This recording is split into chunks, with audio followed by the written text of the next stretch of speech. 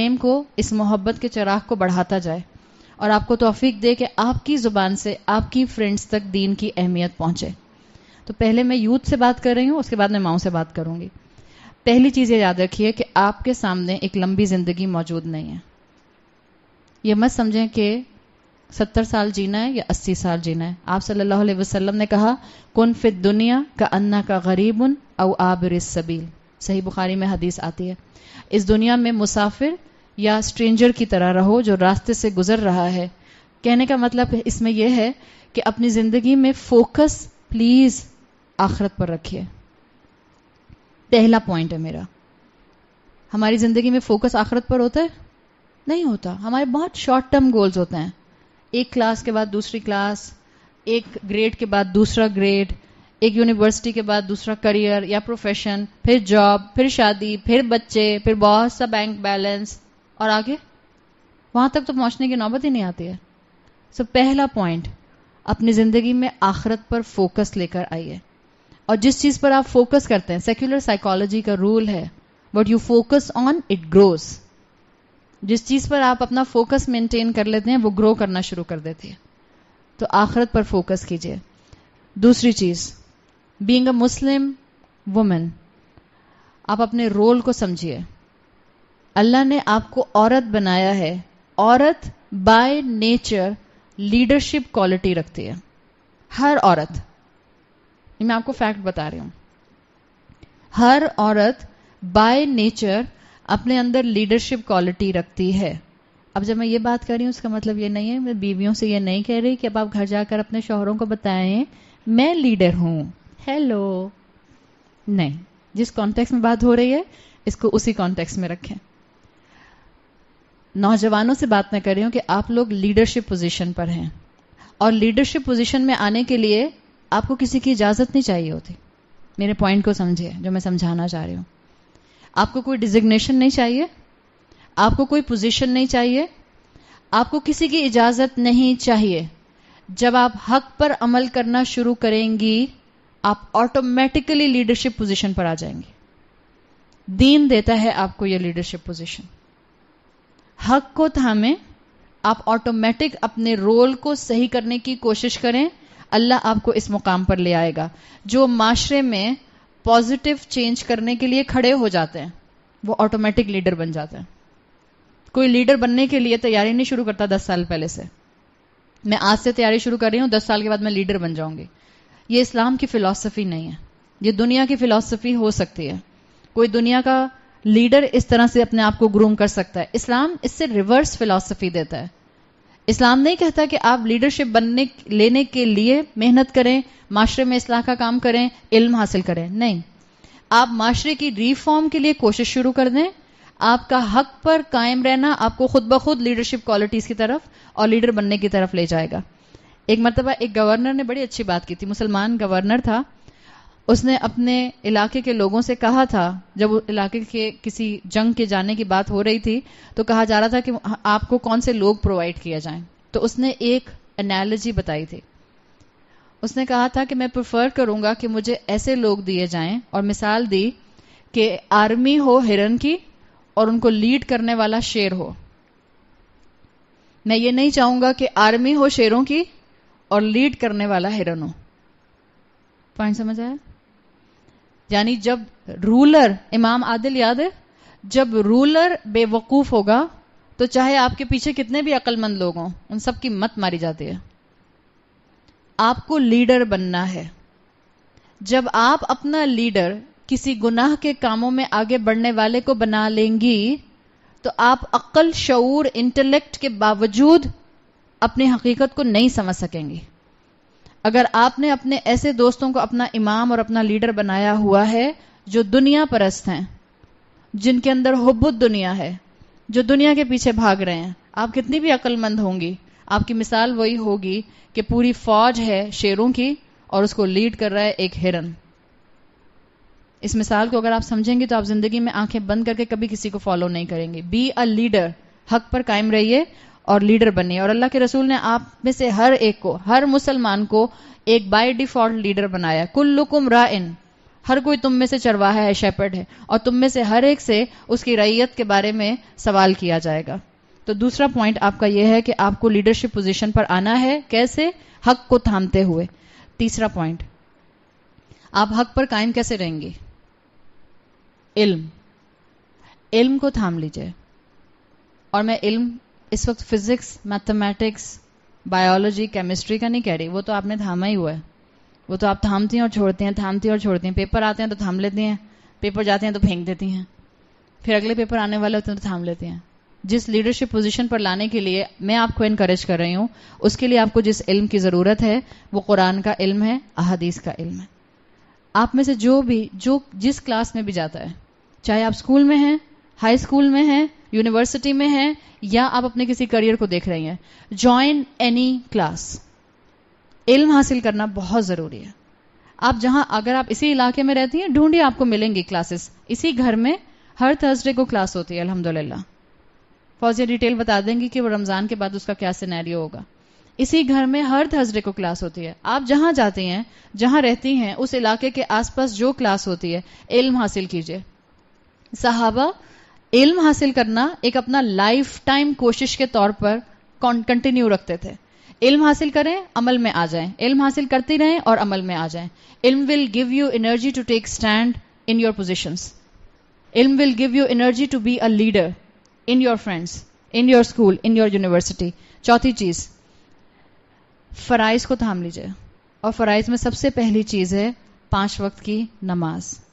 Please ٹکریں مت ماریں، میری صرف ایک ریکویسٹ ہے. پلیز نماز پڑھیں. تیز پڑھ لیتی ہیں کبھی، کوئی بات نہیں، لیکن نماز پڑھیں. ماں کو دھوکہ مت دیں. ماں کو دھوکہ دینا جائے نماز بچھا کے کیا فائدہ؟ ماں کے لیے نماز پڑھتے ہیں.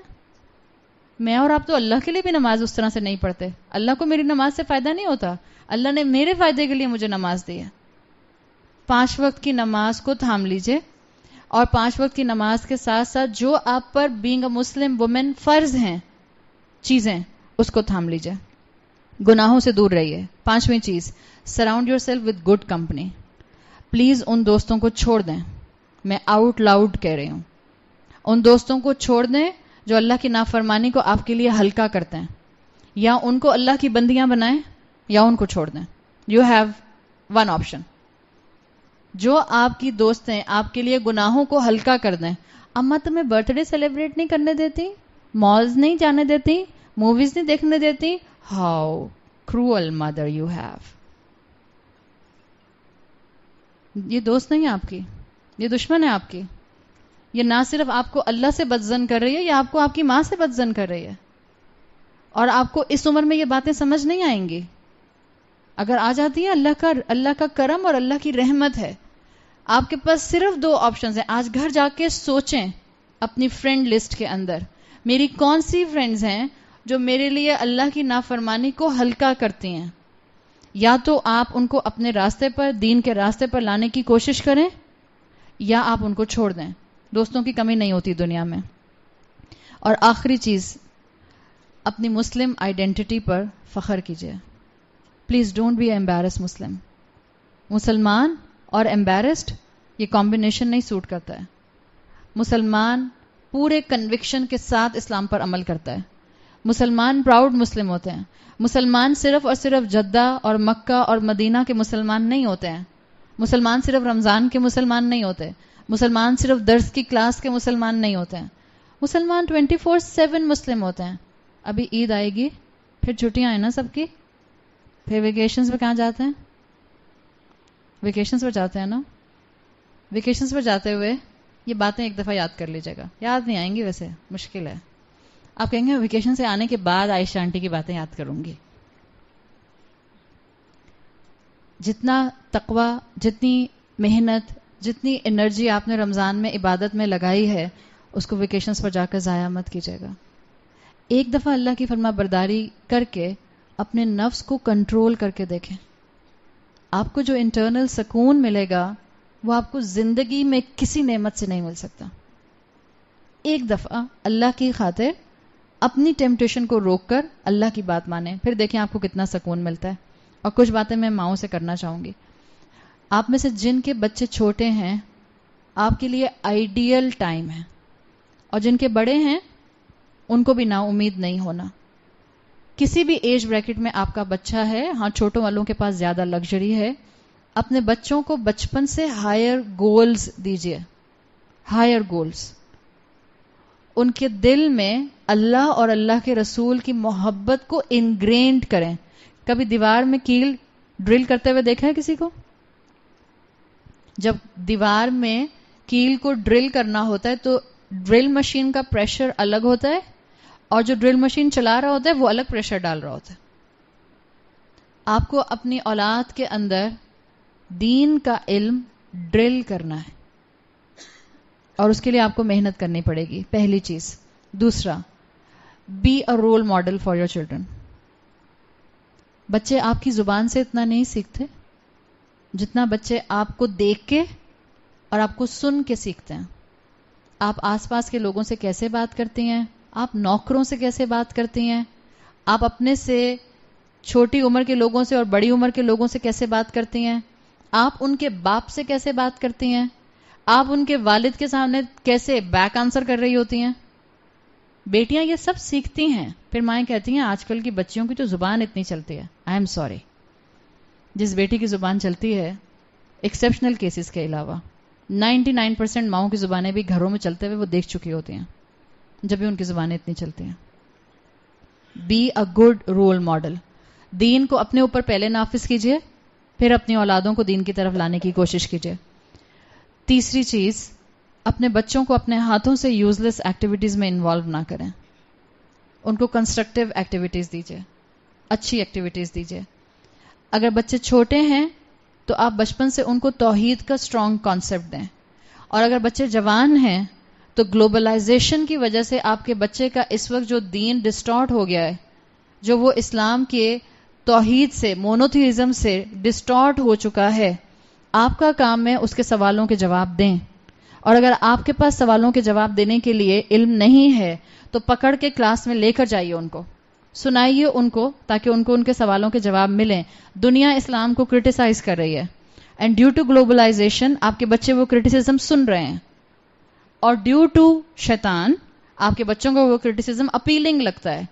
ایک وجہ. دوسرا، اسلام کی بات کو لاجک اور ریزننگ سے کرنے والے لوگ نظر نہیں آتے ہیں، اکا دکا کہیں پر ہیں.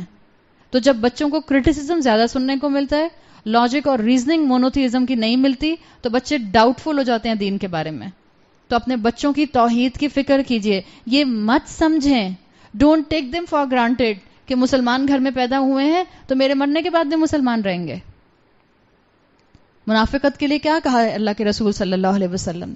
جو یہ سمجھے کہ میں کبھی منافق نہیں ہو سکتا، اس سے بڑا کوئی منافق نہیں ہے. اگر آپ اور میں اپنی آنکھیں بند کر لیں گے آسٹرچ ایٹیٹیوڈ، بلی کا وہ کبوتر کیا کرتا ہے؟ بلی کو آتے دیکھتا ہے تو آنکھیں بند کر کے وہیں بیٹھ جاتا ہے. اس کو بلی نظر، وہ بلی کو نہیں دیکھ رہا، تو اس کا مطلب کیا ہے کہ بلی نہیں ہے. اس وقت جو حال ہو گیا ہے، جو ایتھیزم اور ایگنوسٹسزم پروموٹ ہو رہا ہے، آپ کو اپنے بچوں کے کنفیوژنز دور کرنے ہیں.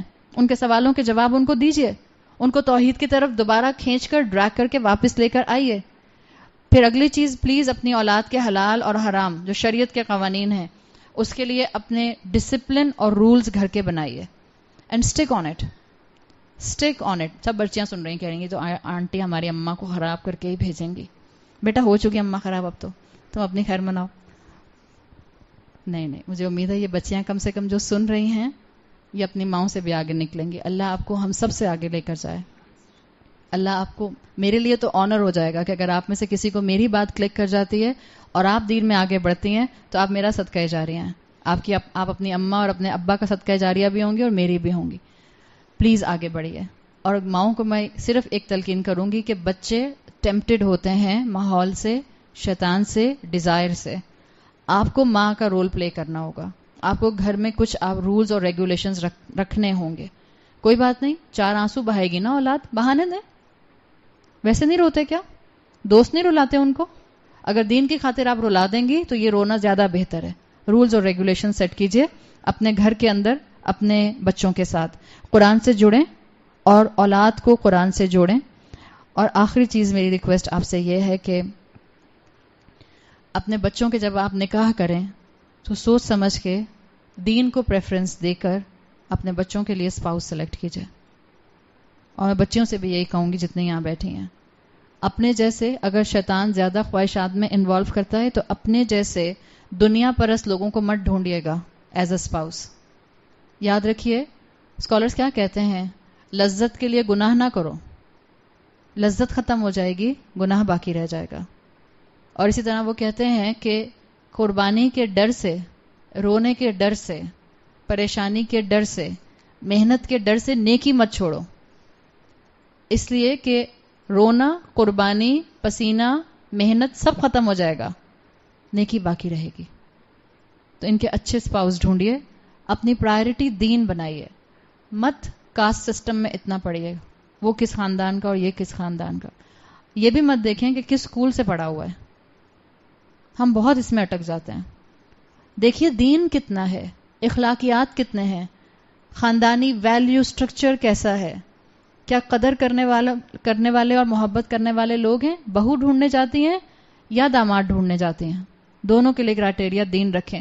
جب ہم بگننگ میں ہی دین نہیں لے کر آتے تو پھر جب جھگڑے ہوتے ہیں اور آپ دین کا واسطہ دیتی ہیں تو کس پر امپیکٹ آئے گا اس وقت دین کا, جب آپ نے دین کو پریفرنس ہی نہیں دی تھی, دین وہاں اہمیت میں تھا ہی نہیں, دین فوکس میں تھا ہی نہیں, دین لائم لائٹ میں تھا ہی نہیں. اللہ تعالیٰ میرے اور آپ کے لیے اپنی اولاد کی تربیت کرنا آسان بنائے, اور اللہ ہماری تمام یوتھ کو اور جتنی بچیاں یہاں بیٹھی ہیں اور جو سن رہے ہیں, اللہ تعالیٰ سب کو بہترین ہدایت کاملہ عطا فرمائے. اللہ ہر طرح کے فتنے سے محفوظ رکھے اور اللہ ہماری اولادوں کو اپنی حفاظت میں رکھے.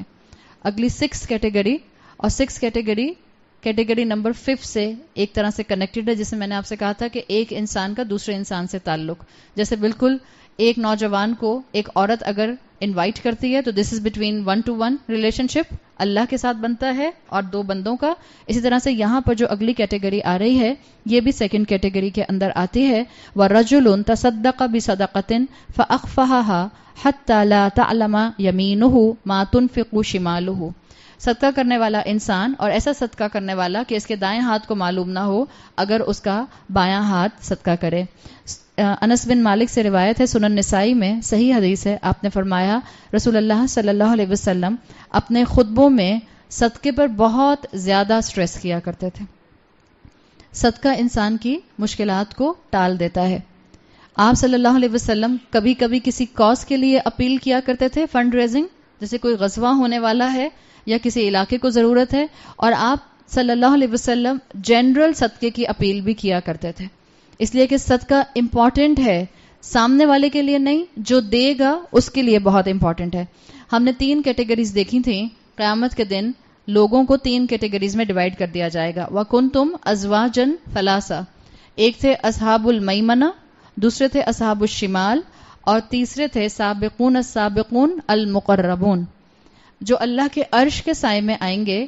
آپ کو بتایا تھا کہ یہ المقربون کی کیٹیگری میں ہوں گے. اور یہ جو ہم 7 کیٹیگریز یہاں پڑھ رہے ہیں, یہ 7 کیٹیگری السابقون المقربون کی کیٹیگریز ہیں. میں نے شروع کی کلاسز میں آپ کو یہ بات مینشن کی تھی کہ صرف یہ 7 کیٹیگریز نہیں ہیں جن کو اللہ کے عرش میں آنے کی جگہ دی جائے گی, کیونکہ یہ والی حدیث 30 ڈفرنٹ اسناد کے ساتھ 30 ڈفرنٹ نیریشنز میں صحیح احادیث میں آتی ہے, تو اس کو بہت زیادہ بیان کیا جاتا ہے. لیکن اگر آپ احادیث کی کلیکشن کو دیکھیں تو امام سخاوی کے مطابق اللہ کے عرش کے سائے میں جن لوگوں کو جگہ دی جائے گی وہ اراؤنڈ ٹوٹل 94 کیٹیگریز بنتی ہیں. اللہ ہمیں ان میں سے کسی بھی کیٹیگری میں شامل فرما دے. یہ جو السابقون الاولون ہوں گے, ان میں میجرلی انبیاء, شہداء, رسول, صدیقین ہوں گے اور صالحین ہوں گے. باقی جہاں تک بات ہے اصحاب المیمنہ کی, اصحاب المیمنہ دیکھیں اللہ کے عرش کے سائے میں 94 کیٹیگریز سمجھ لیں آ گئیں رفلی, جو احادیث سے مختلف نیریشن سے ملتی ہیں. 7 کیٹیگریز مینلی یہ ہوں گی, اور کچھ لوگ ہوں گے جن کی کیٹیگریز کو ملایا جائے تو 94 بنتے ہیں. باقی ایک اور بڑی کوانٹٹی ہے مسلمانوں کی, کلمہ گو مسلمانوں کی, جو اصحاب المیمنہ ہے. اور میں نے آپ کو شروع میں یہ بتایا تھا کہ بعض اصحاب المیمنہ کے اوپر بھی اللہ کسی قسم کا شیڈ دے گا. اللہ کے عرش کا سایہ نہیں ہوگا لیکن کوئی سایہ ہوگا, اور وہ سایہ کون سا ہوگا؟ وہ سایہ ہوگا ان کے کسی نہ کسی صدقے کی فارم کا سایہ. صدقہ کرنا اصحاب المیمنہ کو کسی نہ کسی طرح کا شیڈ دلوا دے گا. اسی لیے رسول اللہ صلی اللہ علیہ وسلم محدثین کہتے ہیں کہ اصحاب المیمنہ کے لیے بھی پریشان رہتے تھے، تو بہت زیادہ صدقے کی اپیل کیا کرتے تھے. آج کے بعد جب بھی صدقہ کریں اس نیت سے کریں، اس نیت سے نہ کریں کہ میں سامنے والے کی مدد کر رہی ہوں، نہیں. کیپ اے ہائر گول، اپنا لیسو اوپر پھینکیں بہت. آپ صدقہ دیں، اس نیت سے دیں میرا یہ صدقہ قیامت کے دن، قیامت کی سختیوں میں میرے لیے سایہ بن جائے گا اللہ کی رحمت سے انشاءاللہ. چاہے 1 روپیہ دیں، چاہے 1 لاکھ دیں، اس نیت سے دیں کہ اللہ تعالیٰ مجھے انشاءاللہ قیامت کے دن سایہ دے گا. سنن ترمذی میں صحیح حدیث آتی ہے حضرت ابو ہریرہ سے، آپ نے فرمایا ما تصدق احد بصدقۃ من طیب ولا يقبل اللہ الا الطیر الا اخذہ الرحمن بیمینہ. رسول اللہ صلی اللہ علیہ وسلم نے کہا کوئی صدقہ نہیں کرتا پاک مال میں سے مگر یہ کہ اللہ اس کو بڑھاتا ہے اور اس کو اپنے دائیں ہاتھ میں لیتا ہے. کوئی صدقہ نہیں کرتا الا الطیر، پاک مال میں سے. یعنی صدقہ اگر آپ چاہتی ہیں کہ صدقہ قیامت کے دن آپ کے لیے شیڈ کا باعث بنے، قبول ہو، اللہ دائیں ہاتھ میں لے اور پھر اس کو بڑھائے، تو رسول اللہ صلی اللہ علیہ وسلم نے صدقے کی کنڈیشن بتائی ہے. پاک مال سے ہونا چاہیے، سود سے نہیں ہونا چاہیے، کسی کا حق مار کے نہ لیا ہو، ناجائز کمائی کا نہ ہو. یہ سب کنڈیشنز اپلائی کر رہی ہیں. جو انسان، جو مسلمان سوچ سمجھ کر قرآن اور احادیث کو پڑھے گا، میں نہیں سمجھتی وہ کبھی کنفیوز انسان رہ سکتا. آج بھی مسلمان نان مسلمز کو بھی جسٹیفائی کرتے ہیں اور بہت سے اپنے جیسے مسلمانوں کو بھی جسٹیفائی کرتے ہیں کہ اگر کسی نے بھی چیریٹی کا کام کیا تو اس کو آخرت میں شیڈ کیوں نہیں ملے گا. آئی ایم شیور میں نے جس طرح سے بات بلڈ کی تھی یہاں پہ آپ کو بات سمجھنے میں آسانی ہوگی. اصحاب المیمنہ پری ریکوزٹ ہیں اللہ کے عرش کے اندر جانے کے لیے، اور اصحاب المیمنہ میں آنے کے لیے پری ریکوزٹ ہے کلمہ. جو کلمہ گو نہیں ہے وہ ساری کیٹیگری کس فارم میں ہوگی؟ کون سا گروپ ہے وہ؟ اصحاب الشمال میں. صحیح؟ تو کافر تو وہاں چلے گئے، ان کی چیریٹی ان کو دنیا میں فائدہ دے دے گی، ان کو نام مل جائے گا، ان کو فیم مل جائے گا، ان کی واہ واہ ہو جائے گی، ان کی تعریفیں ہو جائیں گی، ان کی تصویریں کھنچ جائیں گی، ان کے نام کے آرگنائزیشنز یا انسٹیٹیوٹس بن جائیں گے، ان کو دنیا میں مل گیا. اصحاب المیمنہ میں اگر کوئی مسلمان ہے لیکن وہ میوزک کانسرٹ کرنے کے بعد اس کے بعد وہ چیریٹی کر رہا ہے، اور آپ اس حدیث کو پڑھتی ہیں جو صحیح حدیث ہے، جس نے صدقہ کیا پاک مال میں سے، الرحمن اس کو اپنے دائیں ہاتھ میں لیتا ہے اور اس کو بڑھاتا ہے. کیا میوزک انڈسٹری چلانے کے بعد، فلم انڈسٹری چلانے کے بعد، پروسٹیٹیوٹ انڈسٹری چلانے کے بعد مال پاک ہوتا ہے؟ جب خانہ کعبہ دوبارہ تعمیر کیا جا رہا تھا رسول اللہ صلی اللہ علیہ وسلم کے دور میں، اس لیے کہ سیلاب کی وجہ سے اس کی دیواریں ڈیمیج ہو گئی تھیں، قریش جو مسلمان نہیں تھے انہوں نے بھی جیسا تیسا بھی دین تھا، ٹوٹا پھوٹا ابراہیمی دین کے اوپر تھے، ابراہیمک ٹریڈیشن تھا ان کا، جیسا بھی دین تھا، انہوں نے اپنا ناجائز مال، پروسٹیٹیوٹس نے اپنا مال اور غلط کمائی کا مال اس خانہ کعبہ کو بلڈ کرنے میں نہیں لگایا. تو اگر ہمیں قیامت کے دن صدقے کو شیڈ بنانا ہے تو پھر ہمیں کیا کرنا ہوگا کہ ہمیں پاک مال کمانا ہوگا. اس کا ایک ہی حل ہے، دنیا کی محبت کو کم کیجیے، اپنی ضروریات کو لمٹ کیجیے، اپنی خواہشات کو لمٹ کیجیے، اور اللہ سے دعا کریں اللہ ہمیں رزق حلال میں برکت دے دے. رزق حلال کی برکت ایسی ہوتی ہے کہ انسان خود امیز ہو جاتا ہے. اللہ وہاں سے رزق دیتا ہے رزق حلال کمانے والے کو کہ اس کو اندازہ بھی نہیں ہوتا کہ کہاں سے آ رہا ہے، کیسے برکت ہو جاتی ہے. آپ کے رزق میں جتنا حلال مال ہوگا وہ آپ کے لیے انشاءاللہ قیامت کے دن فائدہ مند ہوگا. آپ صلی اللہ علیہ وسلم نے کیا فرمایا؟ الکاسب حبیب اللہ، کمانے والا، رزق حلال کمانے والا اللہ کا حبیب ہوتا ہے. آپ نے فرمایا میں اور رزق حلال کمانے والا قیامت کے دن 2 انگلیوں کے برابر ہوں گے، اتنا قریب ہوں گے محنت کرنے والے. تو صدقے کے لیے اپنے مال کے پاک کرنے کی کوشش کیجیے. آپ صلی اللہ علیہ وسلم نے اسی نیریشن میں فرمایا کہ اللہ صدقے کو بڑھائے گا، چاہے صدقہ کھجور کا ہو، اللہ اس کو احد پہاڑ کے برابر کر دے گا. آپ دیکھیں اس لیے حضرت عائشہ جب صدقہ دیا کرتی تھیں تو اس پر خوشبو لگا دیا کرتی تھیں. تو ان کی کنیز پوچھتی تھی کہ آپ یہ کیوں کرتے ہیں؟ تو وہ کہتی تھیں اس لیے کہ یہ اللہ اپنے دائیں ہاتھ میں لے گا. اور محدثین بتاتے ہیں کہ صدقے کو اللہ کا یہ کہنا اللہ کے رسول کا کہ دائیں ہاتھ میں لے گا، اس کا کیا مطلب ہے؟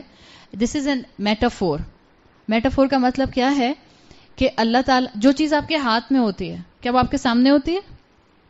جو چیز آپ کے ہاتھ میں ہوتی ہے کیا وہ آپ کو نظر آتی رہتی ہے؟ تو جب اللہ تعالیٰ کے لیے یہ الفاظ استعمال کیے گئے کہ اللہ اس کو اپنے دائیں ہاتھ میں لیتا ہے، یعنی اللہ قدردان ہے. جو آپ نے رزق حلال میں سے صدقہ کیا ہے اللہ اس کو ہمیشہ یاد رکھتا ہے، اللہ کبھی نہیں بھولتا. بندہ دیکھے بھول جاتا ہے، اللہ نہیں بھولتا. بندے کو یاد ہی نہیں رہتا میں نے کب کس کو کتنا صدقہ دیا تھا. اللہ قدردان ہے، اللہ یاد رکھتا ہے. تو اللہ مال کی قربانی بھی یاد رکھتا ہے. بالکل جیسے آپ بینک میں پیسے رکھتی ہیں تو پروفٹ اینڈ لاس آپشن دیتے ہیں نا آپ کو کنونشنل بینکس، اب تو اسلامک بینک بھی دینے لگ گئے. انسان چاہتا ہے نا کہ وہ اس میں رکھے جہاں پر اس کو پیسہ اپنا بڑھتا ہوا ملے. اللہ نے بھی تو انسینٹو دیا ہے. کتنا بینک میں جمع کر لیں گے، کب تک جمع کر لیں گے، کتنا فائدہ اٹھا لیں گے. بہتر ہے صدقہ اپنی زندگی میں اپنے ہاتھ سے کر دیں. ہم کہتے ہیں ہاں ہم جمع کر رہے ہیں، ہماری اولاد بعد میں ہمارے لیے صدقہ کر دے گی. اولاد اپنے مزے لیتی ہے، پھر وہ جمع کرنے لگ جاتی ہے، پھر وہ کہتی ہے ہماری اولاد بعد میں صدقہ کر دے گی، پھر وہ کہتی ہے ہماری اولاد بعد میں صدقہ کر دے گی. اپنے ہاتھ سے جو صدقہ کر سکتی ہیں وہ کیجئے. آپ کا کیا ہوا ہاتھ کا صدقہ انشاءاللہ قبر میں آپ کو بہت فائدہ دے گا. عبداللہ ابن عمر بن عاص کہتے ہیں، صحیح بخاری کی حدیث ہے، آپ صلی اللہ علیہ وسلم ایک دن سے زیادہ اپنے پاس مال نہیں رکھا کرتے تھے. مال آتا تھا نکال دیا کرتے تھے. ایک مرتبہ حضرت بلال رضی اللہ عنہ نے فرمایا کہ اتنا صدقہ رسول اللہ صلی اللہ علیہ وسلم کے پاس آ رہا تھا، صبح سے لے کے شام ہو گئی اور میں صبح سے لے کے شام تک ادھر صدقہ آتا تھا ادھر اس کو بانٹنے چلا جاتا تھا. ادھر صدقہ آتا تھا اور رسول اللہ صلی اللہ علیہ وسلم اس کو سب صدقہ کر دیا کرتے تھے. حضرت عائشہ کے پاس اشرفیوں کی اشرفیاں آیا کرتی تھیں اور ان کی کنیز کہتی ہے شام میں جھولی جھاڑ کر اٹھ جایا کرتی تھیں خالی. یہاں تک کہ ایک مرتبہ اتنا صدقہ آیا سب صدقہ کر دیا. کنیز نے کہا کچھ رکھا نہیں؟ تو انہوں نے کہا نہیں. انہوں نے کہا اللہ کی بندی گھر میں تو بارلے بھی نہیں ہے، اناج بھی نہیں ہے روٹی بنانے کے لیے. حضرت عائشہ نے کہا اللہ دے گا. اور روایات میں آتا ہے کہ اس دن حضرت عائشہ کا روزہ تھا. مغرب کی اذان ہوئی اور حضرت عائشہ کمرے میں نماز پڑھنے چلی گئیں. کنیز پریشان ہو رہی تھی کہ میں ان کا روزہ کس چیز سے کھلواؤں. اور پھر اس کے بعد ایک شخص ایک نیبرہڈ میں سے ایک بندہ آیا اور اس نے کنیز کو بھنا ہوا گوشت حضرت عائشہ کے لیے تحفتاً دیا. اور کنیز کہتی ہے کہ یہ وہ شخص تھا جو پورے علاقے میں کنجوس مشہور تھا اور پہلی دفعہ ہمارے گھر صدقہ لے کر آیا تھا. صدقہ کیجئے، صدقہ دینے سے مال کم نہیں ہوتا. الشیطان یعدکم الفقر، شیطان ڈراتا ہے تم کو صدقہ کرنے سے. شیطان کہتا ہے بچوں کی فیسیں دینی ہیں، تم کو نہیں پتا 3 بچے ہیں تمہارے، کلاس 3 میں پڑھتے ہیں. اب تو کلاس 3 کی فیس بھی ایسی ہے کہ آپ کہیں ہیں اچھا ہم سمجھتے تھے اے لیولز والوں کی زیادہ ہے. الشیطان یعدکم الفقر، شیطان تم سے مفلسی کا وعدہ کرتا ہے. اللہ نے تمہیں مال دیا، اللہ کے راستے میں خرچ نہیں کرو گے. اللہ نے تمہیں مال دیا اور یہ کہا گارنٹیڈ خرچ کرو بڑھے گا. اللہ کے کلام کی آیت ہمیں کنوکشن نہیں دلا سکتی. شیطان کا وسپر اتنا مضبوط ہے کہ اس کی بات مان لیتے ہو. رسول کی تعلیم سمجھ نہیں آتی، رسول کے احکامات سمجھ نہیں آتے. قرآن میں لکھی ہوئی پروفاؤنڈ آیت بول رہی ہے اور ایک دفعہ نہیں کئی دفعہ بولتی ہے صدقہ کرو، دو اللہ کے راستے میں، اور ہماری ہمت نہیں ہوتی. اور شیطان کان میں آ کے کہتا ہے نہیں اگلے مہینے کر دینا، اس مہینے بہت خرچے ہیں، اتنی زکوٰۃ بھی تو نکالیے، اب نفلی صدقہ کیسے کر دو گے ابھی. اللہ تعالیٰ مجھے اور آپ کو اس دین کے ایسنس کو گرپ کرنے والا بنائے. ہمارا حال یہ ہے کہ علم آتا ہے ہم گرپ کرتے ہیں پھر چھوٹ جاتا ہے، پھر آتا ہے پھر چھوٹتا ہے پھر پکڑ لیتے ہیں. کوئی بات نہیں، ایز لانگ ایز آپ کی ڈٹرمنیشن آپ کو قرآن کے سامنے لا کر بٹھا رہی ہے، اپنے آپ سے ہوپ فل رہیے اور ہوپ فل رہیے کہ اس دنیا کے اندر آپ اور میں آزمائش کے لیے بھیجے گئے ہیں. یہ دنیا انجوائمنٹ کے لیے لمیٹڈ ہے، یہاں کی انجوائمنٹ لمیٹڈ ہے، یہاں کا مزہ لمیٹڈ ہے. یہاں قربانی دینا سیکھیے. آگے بڑھنا سیکھیے. اللہ بہت خوشیاں دے گا. اور اللہ نے جو آگے جنت ہمارے لیے رکھی ہے، چاہے ایک نوجوان، ایک یوتھ اپنی ٹیمپٹیشن کو روکتا ہے یا ایک عورت اپنے آپ کو روکتی ہے اپنی دنیاوی ضروریات اور خواہشات سے اور صدقہ کرتی ہے، ہر کوئی یہ بات سوچ لے، اللہ نے جو جنت بنائی ہے، اللہ اس جنت میں ہر طرح کی خواہش پوری کرے گا. محدثین کہتے ہیں انسان بھول جائیں گے کہ انہوں نے جنت کی کیا تمنا کی تھی دنیا میں. جنت میں ان کو یاد کرایا جائے گا، تم نے وہ چیز چھوڑی تھی اللہ کی خاطر، آؤ اس کو انجوائے کرو. تم نے وہ کام نہیں کیا تھا، آؤ اس کو انجوائے کرو. ما تشتہی انفسکم، جو تمہارے نفس خواہش کریں گے. ایک آپ کی پہلے دنیا کی خواہشات پوری کی جائیں گی جو آپ نے اللہ کی خاطر اپنے آپ کو روکا. دوسرا، جنت دیکھ کر آپ کی جو نئی نئی ڈیزائر ڈیویلپ ہوں گی وہ آپ کو دی جائیں گی. اور تیسرا، پھر جو اللہ آپ کی مہمان نوازی کرے گا وہ تو نہ کسی آنکھ نے دیکھا، نہ کسی کان نے سنا، اور نہ کسی ذہن نے اس کو کبھی امیجن کیا. اللہ تعالیٰ مجھے اور آپ کو جنت الفردوس میں داخل ہونے والوں میں شامل فرمائے. اللہ ہمارے لیے اس رمضان کے مہینے میں خوب مغفرت مانگنے کا اور بخشش مانگنے کا موقع آسان بنا دے. اللہ ہمیں طاق رات نصیب کرے. اللہ ہم سب کو اپنی رحمت کے سائے میں لے لے. اللہ تمام مسلمانوں پر اپنی رحمت نازل فرمائے. اللہ تمام نوجوانوں کو دین کی نعمت سے نواز دے. اللہ ہماری اولادوں کو تھام لے. اللہ ان کو ہدایت دے دے. اللہ جس ماں کا جو بچہ جس عمر میں ہے اللہ ان کو اپنا فرما بردار بنا لے. اللہ آپ کی 2 انگلیوں کے درمیان میں تمام انسانوں کے دل ہیں. اللہ ہماری اولادوں کو اپنی محبت اور رسول اللہ صلی اللہ علیہ وسلم کی محبت دے دے. اللہ ہم سب کی اولادوں کو اسلام کو فالو کرنے میں لیڈرشپ پوزیشن دے. اللہ ہماری اولادوں کو اپنی ناجائز خواہشات کو تھامنے والا بنا دے. اللہ تمام بیماروں کو شفائے کلی عطا فرما. اللہ اس گھر پر اپنی رحمت اور برکت نازل فرما. اللہ تعالیٰ جنہوں نے اپنے گھر کے دروازے کھولے، وسعت کی گھر میں، اللہ ان کی صحت میں، ایمان میں اور رزق میں برکت عطا فرما. اللہ تعالیٰ سب کا یہاں آنا قبول فرما لے. اللہ ہمارے اس عمل کو میزان میں سب سے ہیویسٹ عمل بنا دیں. اللہ ہمیں اپنی رحمت سے جنت الفردوس میں داخل فرمائیے. اللہ ہمیں قبر اور جہنم کے عذاب سے محفوظ رکھیے. اللہ ہمارے ٹوٹے پھوٹے اعمال کو اپنی رحمت سے قبول فرما لے. بارک اللہ لی ولکم فی القرآن الحکیم ونفعنی وإیاکم بآیاتی وذکر الحکیم. سبحانک اللہم وبحمدک نشہد ان لا الہ الا انت نستغفرک ونتوب الیک. جزاک اللہ خیرا. السلام علیکم ورحمۃ اللہ وبرکاتہ.